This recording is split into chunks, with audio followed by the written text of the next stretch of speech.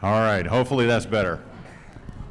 Well, good morning, everybody, on this bright and sunny morning. All right, we're gonna introduce you to Bella Vista. Everybody here has been here within the last 90 days. And so Bella Vista is set up in a somewhat of a different fashion than most cities. We call it the three-legged stool. It's the POA, the city. This is Mayor Flynn. I'm Tom Judson. I'm the CEO of the POA. And we normally have Selena from the ACC here, but she was unable to attend today.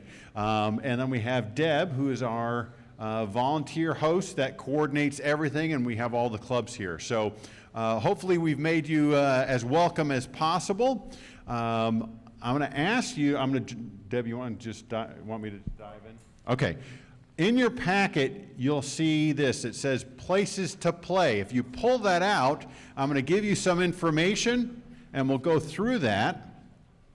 We created this document years ago because I was speaking with some property owners, and I was mentioning that we were having an event at Metfield, and the person said, "Oh, I'd never been there." And then I said, "Well, how long have you been in Bella Vista?" And they said 20 years. I said, "Oh, that's a problem." So what we're trying to do is, from the very beginning, you just moved here, we're trying to educate you so you know where everything is and can participate fully. Now, the first thing I want to encourage you to do, if you have not already done so, go onto our website and sign up for our newsletter. Our newsletter, you can customize it, so if you're into golf, you're into fishing, you're into recreation, so you can customize it. So if you don't want to get something about fishing, that's fine. You don't have to get those. But sign up and also make sure you open them up. And that'll tell you all the special events that are going on. So let's talk about all the amenities that we have to offer. We're going to start on the far left side, which is the west side of our community. And you'll see that little target sign, and that's where our gun range is. So we have pistol, rifle, skeet, and trap. And if you haven't been out there, we renovated that facility and reopened it earlier this year. I think it was February or March. It's an outstanding facility. I've been told it's one of the best in the state. So if you're into that kind of stuff, head on out there. We have a lot of people that'll help you out if you're new to firearms. If you're an experienced firearms user, we also offer concealed carry classes and so forth. So we can cover from one end of the spectrum to the other depending upon what your needs are. If you go up a little bit, you'll see Highlands. So Highlands is an 18-hole golf course. We just renovated the fairways. The fairways are looking really good. They're going to be even better next year. We also have Highlands Pub and Pizza up there. So if you want some pizza, want some pasta, you want to sit on the deck and overlook the 18th green, that is an outstanding place to go. And we have Sydney over here. Sydney is our queen of events, and she hosts a lot of events. So she's the one that puts together the trivia nights, the karaoke, music bingo, all those things. She puts all that stuff together. If you're coming from a community that has kind of a new and different idea, or you want to share those with her, she'll steal the idea. She'd love to. So go talk to her. She'll be around here after the event, after today's event. Okay, so that's up at Highlands. Then we're going to go to Branchwood. So Branchwood is one of our busiest recreation facilities. It's our only indoor pool. We have a lot of group fitness classes out there. We have 6 pickleball courts. We have a 1.5 mile trail. It's a very beautiful trail. It goes all the way down. Coming back up isn't so fun, but it's a really nice trail. Along that trail, we have a disc golf course, and that disc golf course was rated in the top 10 in the state. So it's a really nice disc golf course. So it's kind of a hub activity. We have a nice playground for the kids. So a lot of different things going on at that one location. We're going to go straight south, and you're going to see the marina. So we have Lake Point, which is our restaurant that is on the golf course, on the lake. Beautiful views, especially this time of year. You sit out on the patio, you get a nice meal, you get a nice drink, you're sitting out. It's just a great setting. Also at that same location, we have our wine tasting room, which is very popular. And also in season, we have our marina. Now we're out of season, the marina's closed, but in season, you can rent boats, so you can rent pontoon boats, you can rent kayaks, supboard. Supboard is a stand-up paddleboard. You can get fuel for your boat and so forth. So it's a lot of stuff you can do at that marina location. You can also get what I call light fishing stuff. So if you really need a lot of like in-depth fishing supplies, go down to Cabela's. But if you just need some light stuff, you can go there and get it to meet your needs. Also, a little bit north, you have Scottsdale. Scottsdale is an 18-hole golf course with stacked sod bunkers. It's got a really nice bar in there, very small, but it has a great patio area that is really high up on the bluff and looks down on the pond next to 18th green. My wife and I, Allison, will go out there sometimes, not even play golf, we'll just grab a beer and sit on the patio. It's just a very, very nice setting.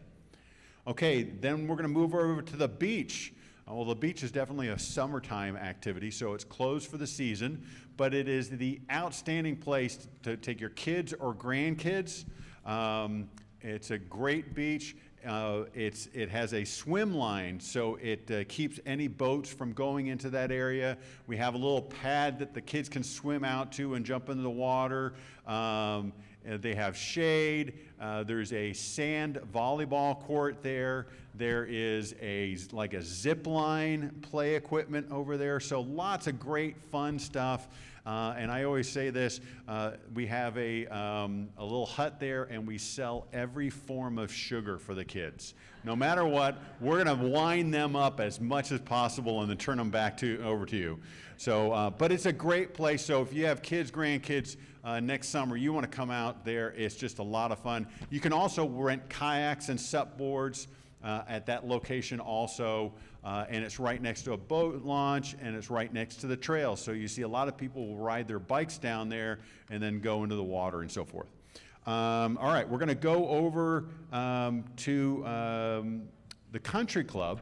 So the country club is one of our main locations. It's kind of our premier golf course. It gets the most play.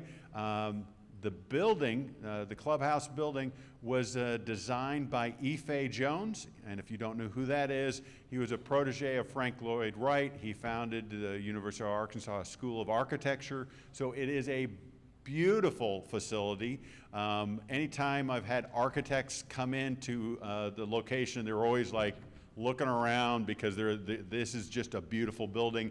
BV Bar and Grill is that location. It's our busiest restaurant, so come on out there. The pro shop at that location is award-winning, so it's just a great setup, so come on out to that location. Also, just down the road from that is Tanyard Creek.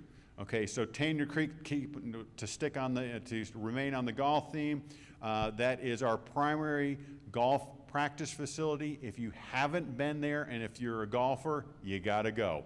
We just renovated that facility and reopened it earlier this year. It's got covered teaching bays. It even has heated teaching bays, so when we really start getting cold, you'll be able to continue to practice and stay warm. It's got an indoor simulator, so if it's raining outside, you can get an 18 holes of golf inside. There's a nice bar there. There's 2 teaching bays. All-weather teaching bays, and a lot of supplies that you can purchase at that location. So if you haven't been there and if you're a golfer, head on down there. Also at Tanyard Creek, we have a trail. That's if you have family or friends in town and you only have enough time for one quick hike, Tanyard Creek is where you want to go. Beautiful waterfall. You can make it a short trip.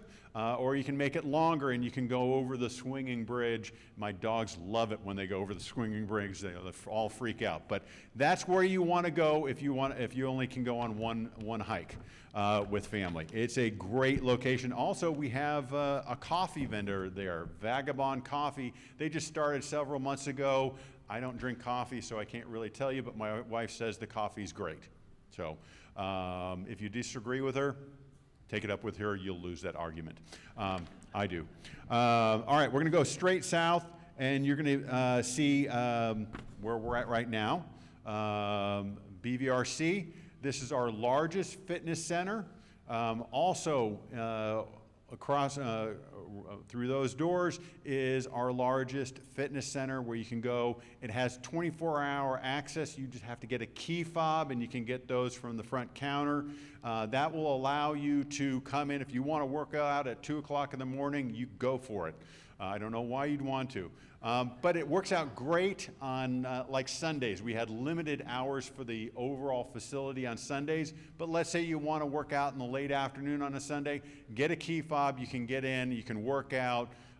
It's a great setup. And then we have just a lot of events in this facility, so go for it. Also, across the street, we have our tennis facility with a tennis pro shop. They give instructions, so whether you're a beginner in tennis or you're an experienced person, you can get lessons all the way we can cover you. Our largest pool complex is right next door. It's definitely seasonal, so it's closed for the season, but that's located down there. And then if you go all the way down the parking lot, that is, we have 27 holes of golf. We have Kingswood and Birksdale. Birksdale is a 9-hole golf course. And also we have a restaurant down there. Now on this thing, it's now outdated. It used to be VV65. We now have reconcepted that. It is now Little Sugar Bistro. And Little Sugar is going to be focusing in on lunch 7 days a week and brunch Friday, Saturday, and Sunday. So if that is something you're interested in, you can head on down. You could even head on down after today's meeting. All right, we're going to go all the way to the right or the east side, and there's Metfield. So Metfield, you have 27 holes over there. You have Brittany, which is a 9-hole golf course. You have Dogwood, which is an 18-hole golf course. We also at that location have our smallest fitness facility, so you can work out there. Also, in season, we have our second pool complex. For the kids, there is a skills park, so if you want the kids or grandkids to learn how to ride mountain bikes, there's a skills park in that area. Also, we can proudly say that is the northernmost portion of the Razorback Greenway. You can get on the Razorback Greenway is a 10-foot wide concrete path that goes from Metfield all the way south 40 miles to Fayetteville. It is beautiful. My wife and I, we like biking. We don't do mountain biking. We like to be on a surface that's not going to throw us all over the place. So we've been on every mile of the Greenway. It is outstanding. So if that's something that interests you, go for it. That trail goes through Blowing Springs. So Blowing Springs is where we have our RV park. We also have tiny cabins. So if you want, if you have friends or family into town and they want to rent, you can get them a tiny cabin. And then my favorite location at the Blowing Springs is the Gear Garden. And the Gear Garden is our version of a beer garden. And Sydney has tons of events there. Jazz on Sundays. Last time I was there 1 or 2 weeks ago, they had a balloon guy for the kids. They've had face painting. They've had a magician there. So it's a great setup. There's a little stream that goes through there. The kids play in the stream, and the adults enjoy an ice cold beverage. So it's a great setup. It is seasonal. We were talking about this the other day. We probably have maybe a month left before it gets too cold, and then we have to shut down. So we're gonna see how long it can go, and we'll just keep on checking with the weather. But now is the perfect, well, not today with all the rain, but now is the perfect time to head out to the Gear Garden. So those are all the amenities that you can enjoy. Now, as a new property owner, I always encourage you to get an activity card. So an activity card costs you $30 a year. This coming year, it's going to go up to $40, okay?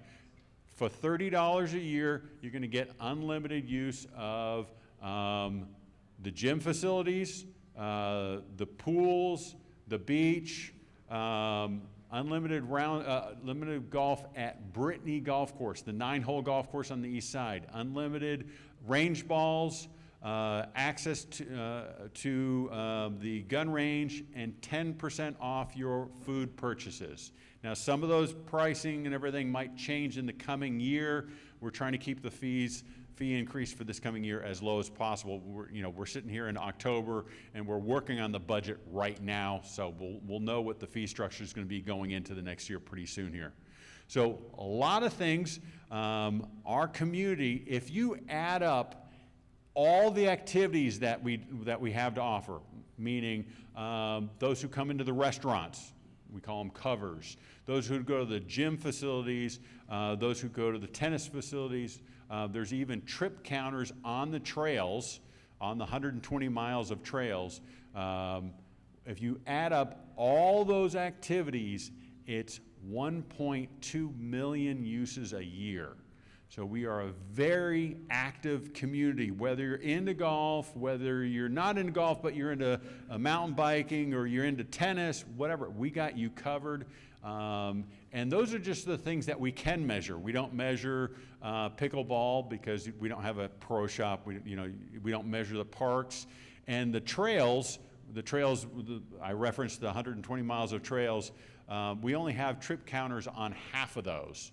So there's a whole bunch of additional uses of the trails that we're not counting. So it might be like 1.5 million uses a year. So that's a very active community. We encourage you to get out and have a lot of fun. So that's why I call the POA the fun department, because we're here to have fun.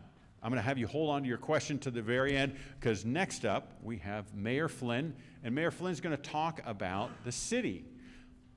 There you go. Thank you, Tom. I appreciate it. Sitting here and listening to him talk, I'm thinking I'm working too hard. There is so many fun things to do here.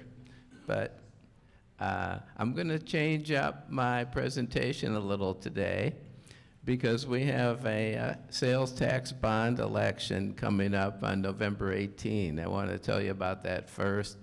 But if I could have a show of hands, how many people are registered to vote here? That's good. That sounds good. For the rest of you, or I should say it looks good, I want to tell you for this election, the last day to register to vote is Monday, October 20.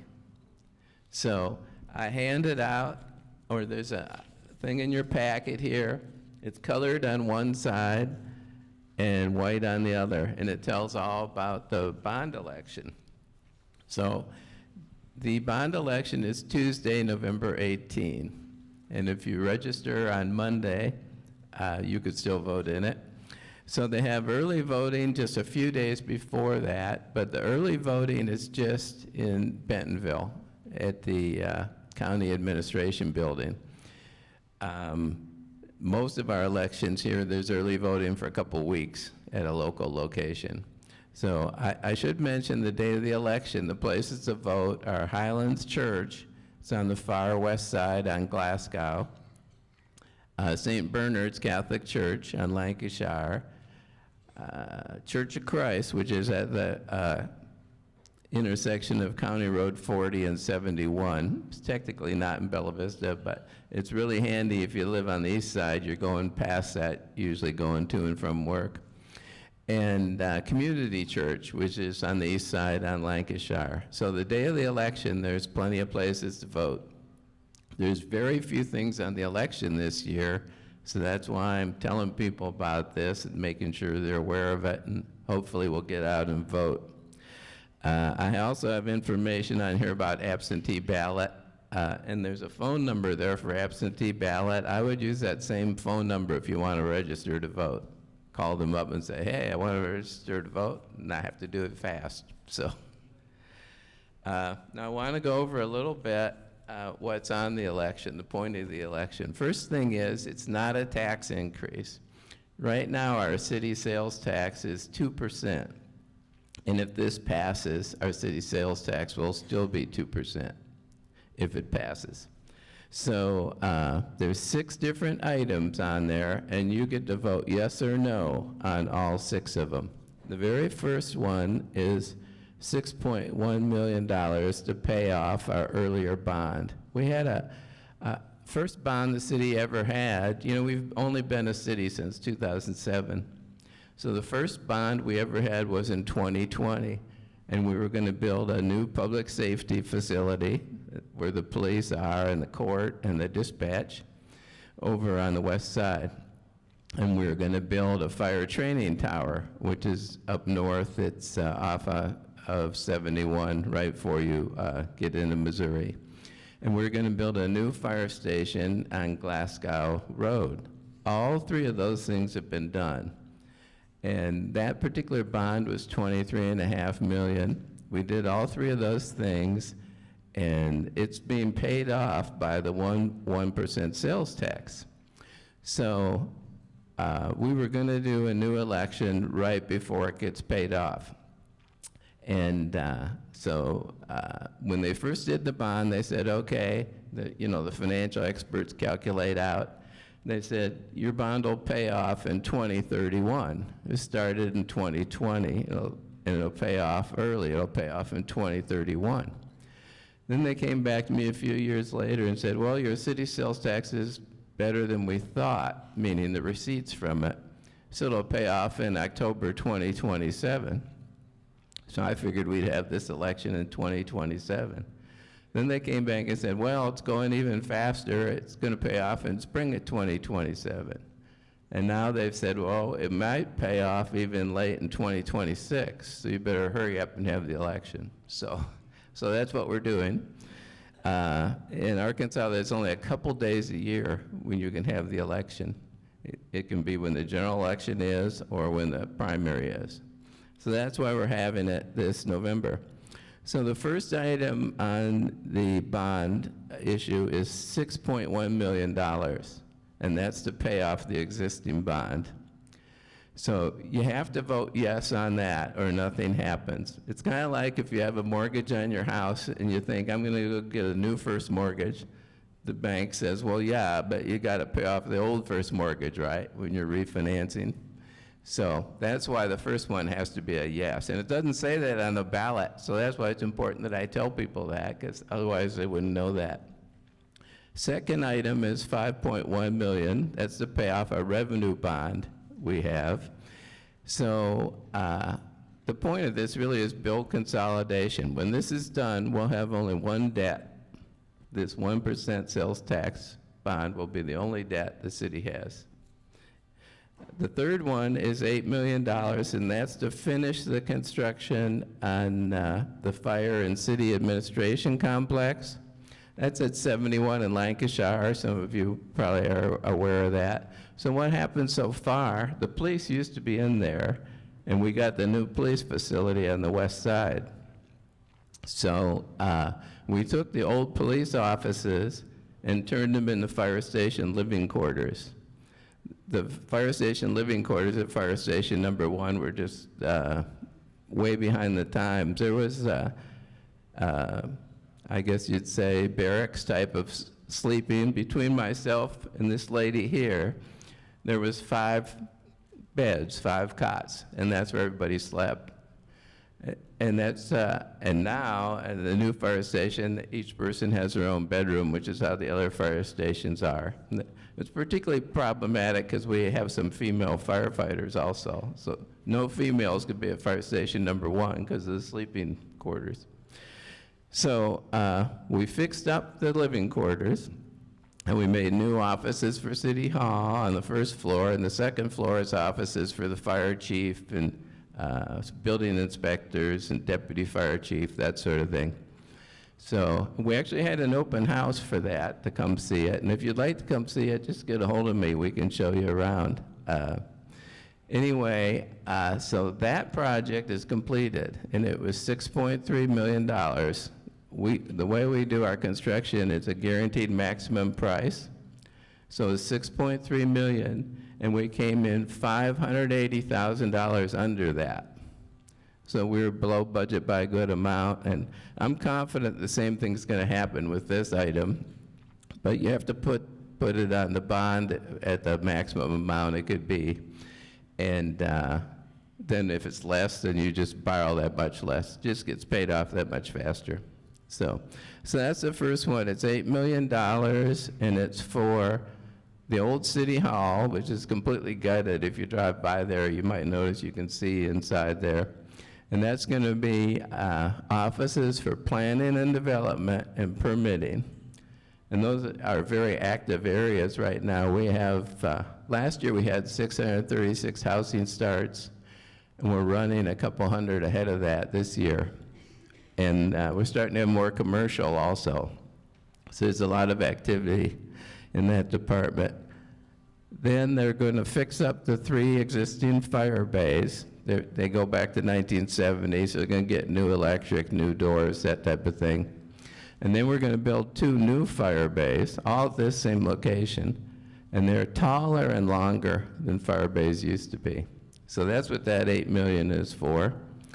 Then for the fire department, we have $6 million. That's for a new fire station number 5. That would be in what I would call South Central Bella Vista, down around by Allen's, down in that area. The fire chief plots out the whole city and figures out where the next fire station should be and that sort of thing. And it's really about how fast you can get to people's house. We have about 5,000 ambulance calls a year, and we have 22 structure fires. So it's much more about the ambulance and being able to get to people's house quickly. People are like on the south side of Lake Windsor, that kind of area, and on the southeast side, those are the people who are worried about having this new fire station. So there's some places that are up around 12, 14 minutes, and this would make it more like 5 minutes. So it can make it can be life or death, obviously. So that's what that is.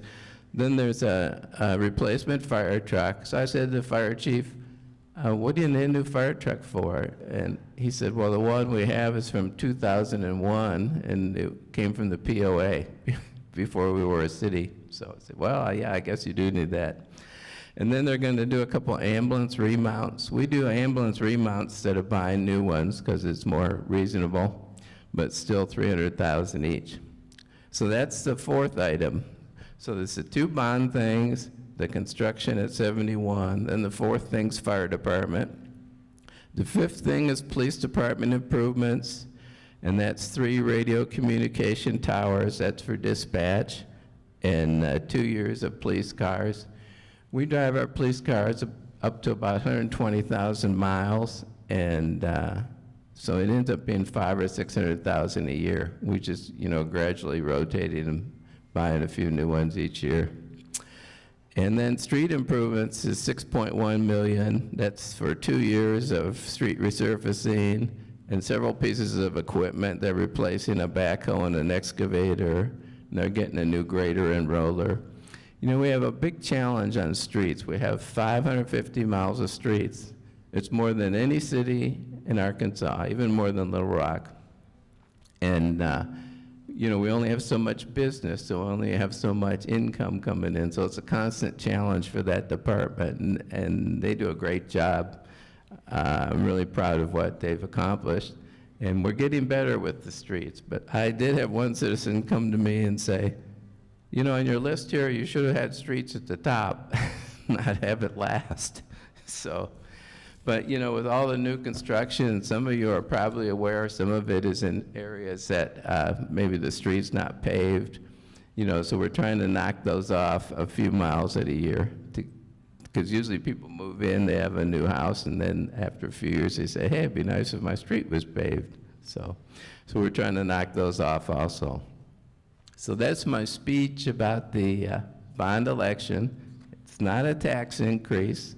And what I'd like you to do is show up on November 18, Tuesday, November 18, and vote yes on all 6 items. So that's my request, and I'd appreciate your thought about that. I'll run through just a few other things about the city. You know, the biggest thing coming up is the Oz Trails Bike Park. That's just west of 71, and there's a lot of excitement around that. That's being done by Blue Crane, as many of you may know, and it's supposed to be done summer of 2026. I noticed on the way here, driving by, they seem like they're making a lot of progress on that building already. It's going to be a building down at the lower level, and then the bike lift takes you up the hill. And then it's 200 acres, and they have 20 miles of trails. And you know, one thing I like about it is it's preserving the trees and the beauty that we have here in Bella Vista. Because somebody could have come in there and said, hey, I want to build apartments, I want to put houses in there, or whatever. And this way, you've got 200 acres right in the center of town that's going to stay. You know, one of the things I'd like to do, obviously we have some growth going on in Bella Vista, but we want to preserve the nice atmosphere, the nature, and so I'm enthused about some of the things we have a lot of advantages that can help us do that. We've got a lot of common property, we've got the lakes, we've got the golf courses, so there's a lot of potential to continue to have open space even though we're growing, and I think that's really important. And you know, I try to do what the citizens want. When I talk to citizens, they all feel strongly about that and care about it also. So that's our thinking on that. I already told you about the new public safety building and training tower. Just location-wise, street department is located right next to the public safety facility over on 279. Libraries on the east side, just off of Lancashire, and they usually have a representative here, but I think today they're getting ready. They have an activity in the afternoon, so they're working on that. Just want to briefly mention some special programs. You know, the fire department has a lockbox program where you can get a lockbox on your house, so if they have to get in the house, they don't have to break down your door. And you can contact them about that, and it's a very popular program. And they have a paramedic program for people that have problems and older people living alone, things like that. Particularly if people are having falls, they'll come in and review your house and try and figure out, you know, a way to configure it so that you're less likely to fall. You know, a lot of times people have throw rugs, or the way they have things set up, there's danger of tripping. So there's some safety experts that can come in, try and make your house as safe as possible. The police have several programs. One is Operation Good Morning. I believe we're the only city that has this in Northwest Arkansas. If you live alone and maybe you think your health is a little shaky, they'll actually call you every morning. And, you know, so you answer your phone, they make sure you're okay. So I think that's really nice. They have something called Project Lifesaver. That's where if you're older, you can get a device that you wear, and they can find you if you wander off. We've found that in Bella Vista, you know, in most cities, people wander off and they're walking on the sidewalk somewhere. Well, in Bella Vista, we have so much woods. If people wander off in the woods, it can be really hard to locate them. So that helps you. This is a device that helps accomplish that. And they have an Explorer Club for teenagers that's really popular for, they learn about place work. You know, some people think they may be interested in it for a career. Another thing I'd like to mention is we had started a youth council last year. That's for juniors and seniors in high school, and they come learn all about the city. I was joking when we started it. After 3 meetings, they would know more about the city than their parents do. So we do a different department each month, you know, police department, fire department, and the financial people and human resources, and they kind of run the whole gamut during the year. So it's pretty fun. Just want to mention a few upcoming events. October 18, that's today, 1 to 3 p.m., is Treat Street at the library. This is for the young kids, and they really enjoy that. October 24 is Trick or Treat Town north of Allen's. That's from 4 to 7 p.m. That's out of doors. They just started this a couple years ago. Bella Vista Business Association started it, and actually Selena Lee, who's not here today from the ACC, does a lot of work on it. And man, it's been a big success. I think they had like 2,000 people last year, so it's really a fun event for the kids. And October 25, 4:30 to 6:30, the History Museum's having an old-fashioned Halloween party at the History Museum. Not sure what that means, but I guess you have to go there and act old-fashioned. But anyway. So I just want to briefly mention some future goals. We'd like to increase the number of houses on sewer. Right now, there's around 3,900. And we'd like to increase the paved roads. We're chipping away at that, as I mentioned. Increase connectivity, walking and biking, as far as being able to go places. You know, a lot of our major roads, there's no sidewalk. We'd like to get some kind of trail, particularly on the big roads. We think it'd be good for safety for the biker and the drivers. Both would like that. That's a big challenge, but we're going to try and work on that. And of course, we want to increase business in restaurants while still maintaining the nice environment and continuing to enhance our outdoor recreation amenities. I think we're really getting to be known as the outdoor recreation place, and some of those numbers that Tom mentioned about participation are really impressive. So me personally, one thing I really like is when I drive around and see a bunch of kids out on the bike trail, because now that there's so much of kids, you know, staring at a screen all day and staring at their phone, and it's kids outside exercising, but there's plenty of grown-up kids on the bike trails too, you may have noticed. So anyway, thanks a lot for your attention, and I'll be around for questions afterwards. And this is Deb Sorensen, who is going to give you some more information. I want to welcome everybody today. I'm kind of disappointed with the rain, but there's no way we can control that.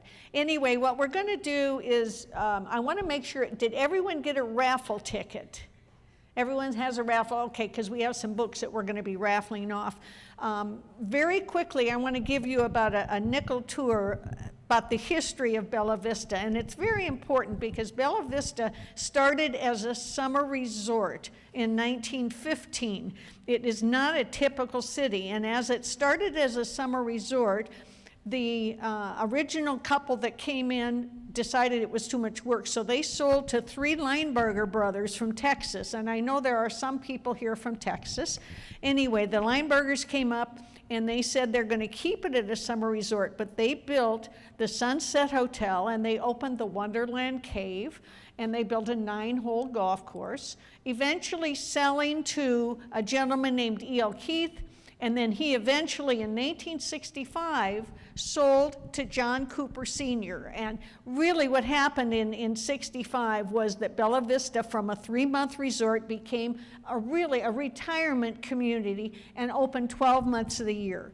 And that's where a lot of the growth came. And John Cooper Sr. basically bought 35,000 acres of land between Walgreens and the Missouri border and opened it up to a year-round retirement community. I've been here 20 years. We were 90% retirees, and now we're about 30%. So we welcome the young people because you bring in money and pay taxes and do all that kind of stuff. Anyway, when John Cooper took over, he built the 7 lakes, so they are man-made. He built the 7 golf courses, and as Tom mentioned about the country club, it is an E. Fay Jones building, but also it's the Cooper Chapel, and hopefully many of you have been to the Cooper Chapel or you will be going to the Cooper Chapel, and that too was an E. Fay Jones building.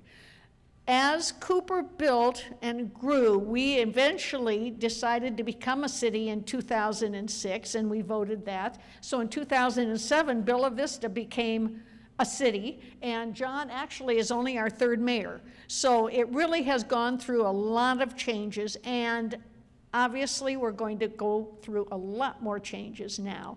We have over 100 miles of bike trails. The bike trails initially were paid for by the Walton Foundation, and they are maintained by the city and by the POA. So they're important to all of us and to many of you who ride your bikes and what have you. But we're excited about Bella Vista and the growth. The museum, we're open Wednesday to Sunday, and 1 to 5, but it has a lot of history, and we would love to welcome you all, as well as all of the nonprofits. We've just started this, 3 meetings ago, and it really is helpful. So we want you all to stick around if they have any questions afterwards. What we're going to do is I'm going to do the raffle real quick, and then we're going to turn all of you over to asking questions of Tom and John. And then we'll stick around afterwards. Sydney will be here, but we'll also stick around. And if you have any specific questions or want to mingle, that would be great. Can you bring up the tickets? Also, when we ask questions, we have a second microphone, and we want you to please speak into the microphone, because otherwise we can't hear. Also, some of you have some friends you may want to share this meeting with. As of tomorrow, it will be online through the Bella Vista Community TV, and you'll be able to share this meeting so that you can send it to any of your friends or relatives who might be interested in Bella Vista as well. Ticket. Okay, here we go. Ticket number 384475. Whoop, right there, okay.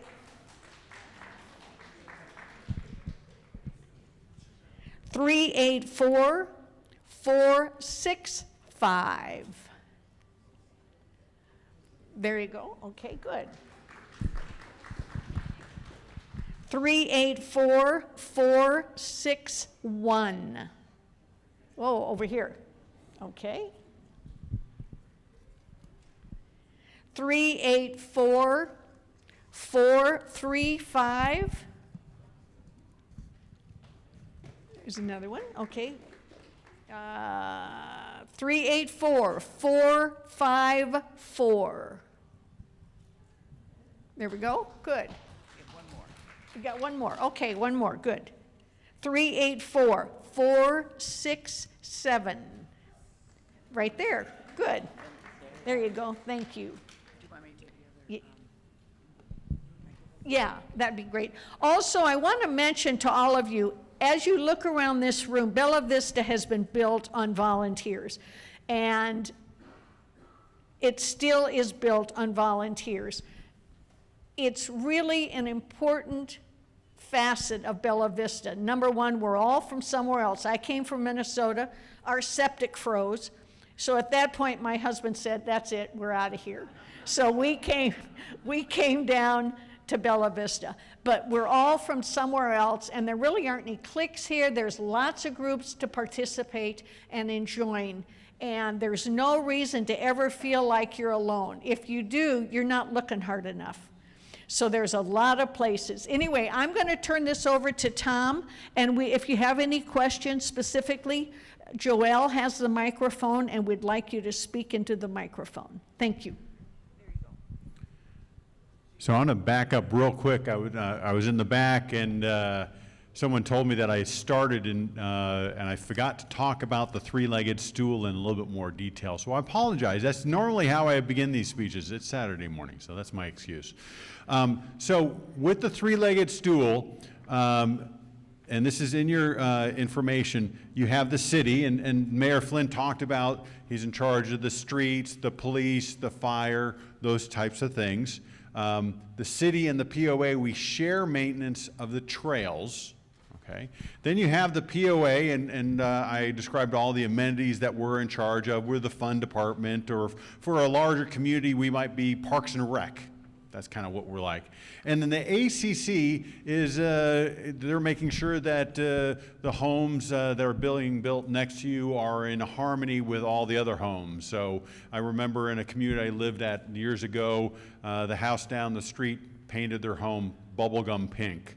Not really in fitting, and then the POA in that area said, no, this is not an approved color, you have to change the color. So they do those kind of things and make sure that cars aren't parked on blocks in the front yard and those kind of things. So that's the separation between the three-legged stool. What's really neat is we all work together. Okay, and we know that it can be confusing. So our Member Resources Department receives about 40,000 calls a year, and about 20,000 of those are not POA. They're the city, they're the ACC, they're village wastewater, but we help everybody out, we send them in the right direction, and the city gets similar issues where they get contacted and it's actually POA issues. So we all work well together to try and help you along, okay? And ma'am, you had a question way earlier, ma'am. Did you want to? You got outstanding. Questions?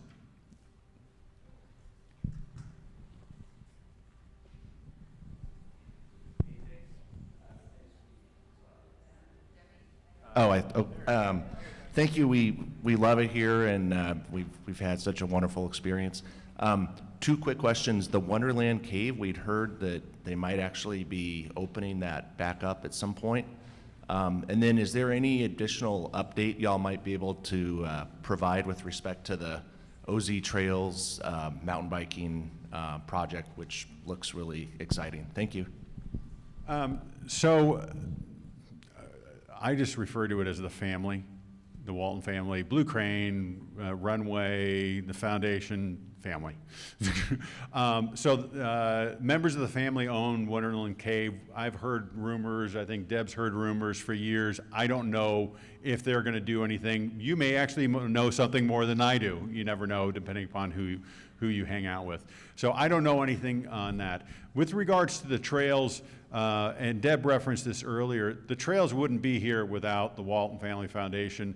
It's about a $25 million investment. Now, the city and the POA, we have to contribute on an annual basis. I think it's $90,000 a year for the ongoing maintenance, which actually doesn't cover all the expenses, and then they ended up covering the rest of that. So the development of trails and so forth is really an important part of our community. And the bike park. Now, the bike park is Blue Crane. They're doing, that's a private entity that is developing that, but it's going to connect with all the other trails we have in that area. So, it's going to be a game changer for us. I mean, it's going to be really cool. It's having a positive impact on the property values. So, did I answer your question? Yeah, thank you so much. Great. Another question.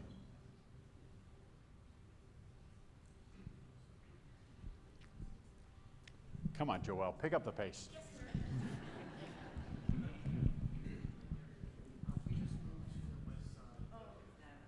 Did you turn, there we go. Make sure the button's up.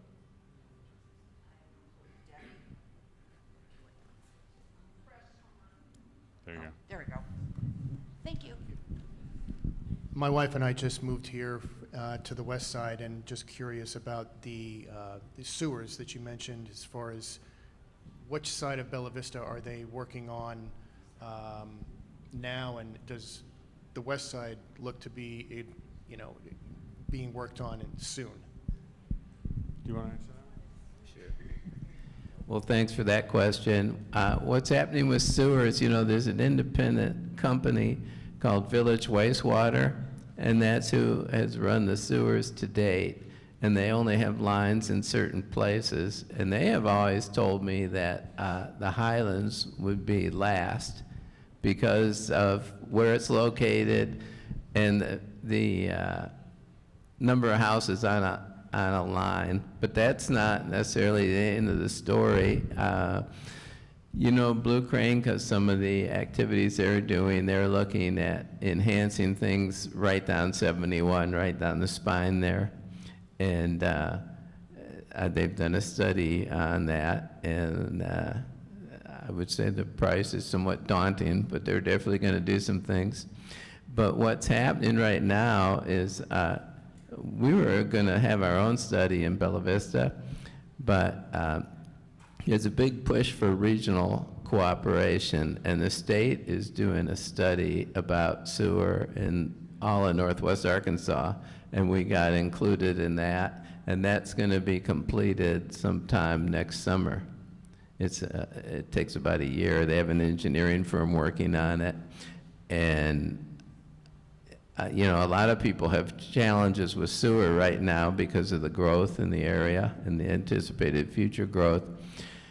So I'm a big believer in regional cooperation. So I think that could be a little bit of a game changer. You know, it's not something that's going to happen super fast. It's a big, yeah, I mean, if you're talking put in Bella Vista on sewer, you know, we're talking like 20 years. Some people will come before others, but and there'd probably be a few places that never would be for various reasons. But I think it's a place we have to go, and there'll be some expense about it for the city, and there'll be some expense about it for the individuals. It's just a fact of life. But I'm encouraged about the state and the regional cooperation side of it, because I think, you know, maybe there'll be some help coming that way financially also. So it's not a thing that's going to happen in the next few months, I guess, is the short answer. So.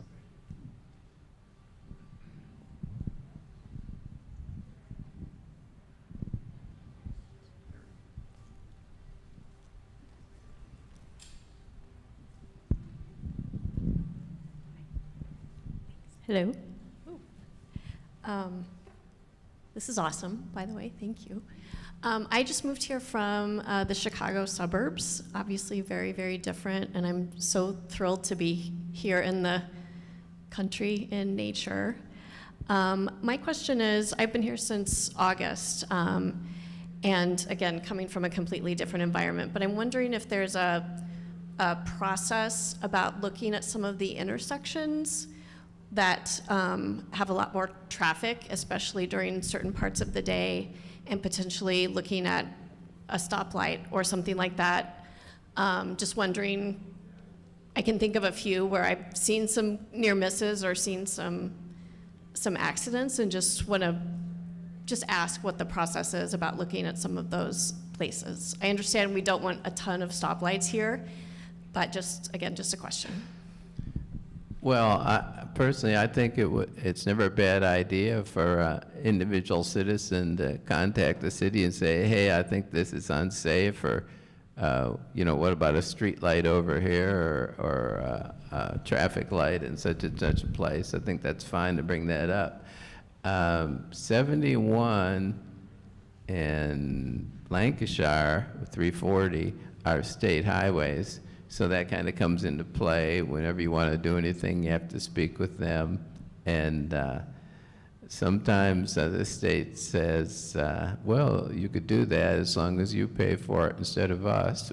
But sometimes they don't even say that. So, but yeah, there's definitely a process about it. And I do think it's a, you know, Bella Vista is a big place. It's 47 square miles. And Tom and I, I'm sure, don't drive on all of them every week. So it's great to hear from people about it. Sometimes they'll bring up to me, hey, there's a problem such and such a place, and you know, it's a place I probably wouldn't drive in maybe in the next couple of years. You know, so it's all your eyes and ears are helpful to us as far as pointing things out. So I notice people sometimes they call you and they feel kind of almost apologetic, like, oh, I'm just another person complaining to the mayor. But you know, it's good to hear from people. It's not bad. And I think you shouldn't be reluctant to bring things up. So. The other thing too is, as John mentions, we don't all drive around, but sometimes you'll see a street sign down, or a street sign that is so faded, and it is absolutely imperative, if you call the city, they can get it fixed. I mean, I've had a couple times where there's been a street sign that's been hit and down, and literally it's done within 24, 48 hours. So again, be the eyes and ears and call the city and let them know that they need to replace a street sign or a stop sign. I mean, stop signs are pretty important around here. Okay. Any other questions? I'm hurrying. This wasn't on the list. Back to the sewage. I'm in an older house that has a concrete tank. Never had any problem with it. And going to sewage is not pocket change. So I don't know that there's any kind of a waiver if you've got a good solid septic tank and you just keep on using it. Well, that's a good question. We haven't really gotten, right now the rule is if your house is for sale and it happens to be where a line is, which most places there is not a line, but if it's for sale and there's a line there, you have to hook up. And because a sale transaction is a convenient time to do that. I've had people complain to me about that, and I actually think that's incredibly lenient. Any place I ever lived, they run the sewer line and you hook up, period, end of story. No option, no nothing. It's a matter of economics from whoever is doing the sewer line's point of view. If you can't run a sewer line a few thousand feet and then have people say, gee, I feel like being on it, gee, I don't. Economically, you need everybody to get on. And that's one reason, actually, I think village wastewater has not expanded as quickly as I might like, or some people might like, because of that. They run the line and then people don't get on it until they sell. That's a huge cash flow problem, if you think of it. So it's like most things in life, there's all kinds of different points of view about it.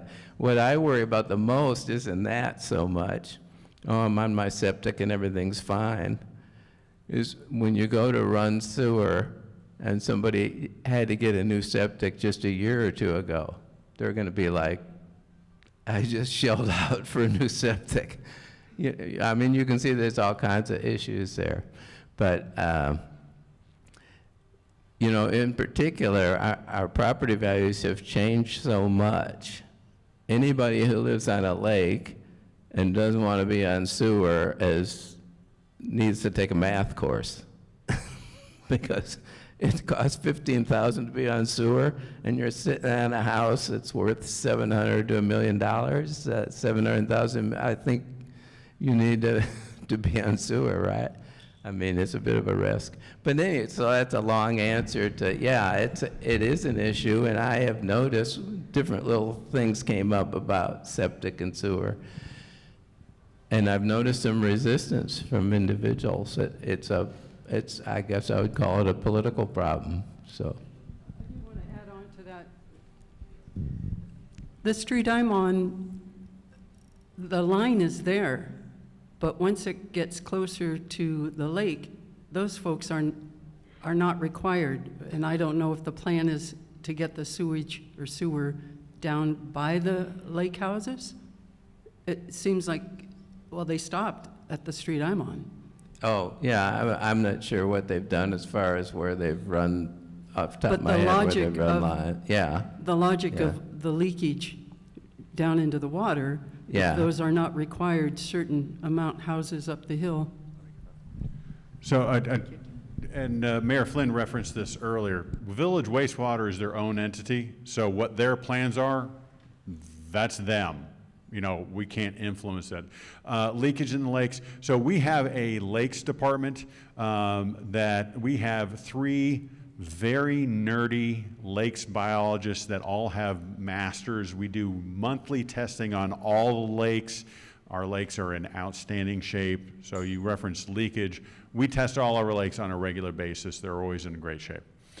So I would just always like to reassure, and actually the city hires the POA because we have the lake biologist, and we test the streams that the city controls all in Bella Vista to make sure that all the streams, all the lakes are healthy and in good shape. Well, let's make you the last question, and then it's probably time to wrap up. Don't forget, all the clubs and organizations and charities are still here. You can talk to them, and if you want to get some lunch, go on down to Little Sugar Bistro. Yes, sir. Would you just comment about that bike park that's going in across from Allen's? What exactly that is and what it's going to be? So I referenced a little bit earlier, so that's a private entity, it's Blue Crane's putting it in, so it's not us, it's their own private entity, but they're gonna have, they had an open house 2 or 3 months ago that I attended, so I'm gonna tell you what I learned. Okay, so this is not, I'm not an official for Blue Crane, but when I went to they're gonna have 20 miles of trails. It's going to have different levels, so it's going to have easy all the way up to, oh my God. And they're going to have, I think it's going to be a burger place at the bottom, and then the chairlift is going to take you up to the top. And that's all I got for you. But I think it's going to be outstanding. I think the parking lot's going to be for 400 cars or something to that nature. And they're definitely connecting a lot. If you looked at any of the more recent POA board meetings, about 2 or 3 months ago, we approved some additional trails that the Trailblazers wanted to put in, and all those trails are connecting to the bike park in some way, making it easier so that, let's say you live, a couple miles away, or you're at an Airbnb a couple miles away, you'll be able to ride over and then go up and have fun and then ride back. So almost like with ski slopes where you can ski and ski out, into condos. That's I think that's what they're going with. But that's their thing, that's not us. So I'm just telling you what I know. If any of that is wrong, blame me, but there you go. Yes. I did want to just add, it's 20 miles of trails, and there's a walking trail on there also. And Blue Crane shared with us when they first presented their plans that, they studied bike parks around the country, and 50% of the people that go up on the lift don't have a bike with them. Some people just go up for the view, or like I said, there's trails you can walk on, different things like that, so. Thank you all so much for coming. Again, if you want to share this meeting with anyone, go to the Bella Vista Community TV as of late tonight or tomorrow, and the meeting will be on the TV station. Please mingle around, come up, ask any questions, and talk to all the nonprofits that are here. They're looking for volunteers, I guarantee it. Thank you.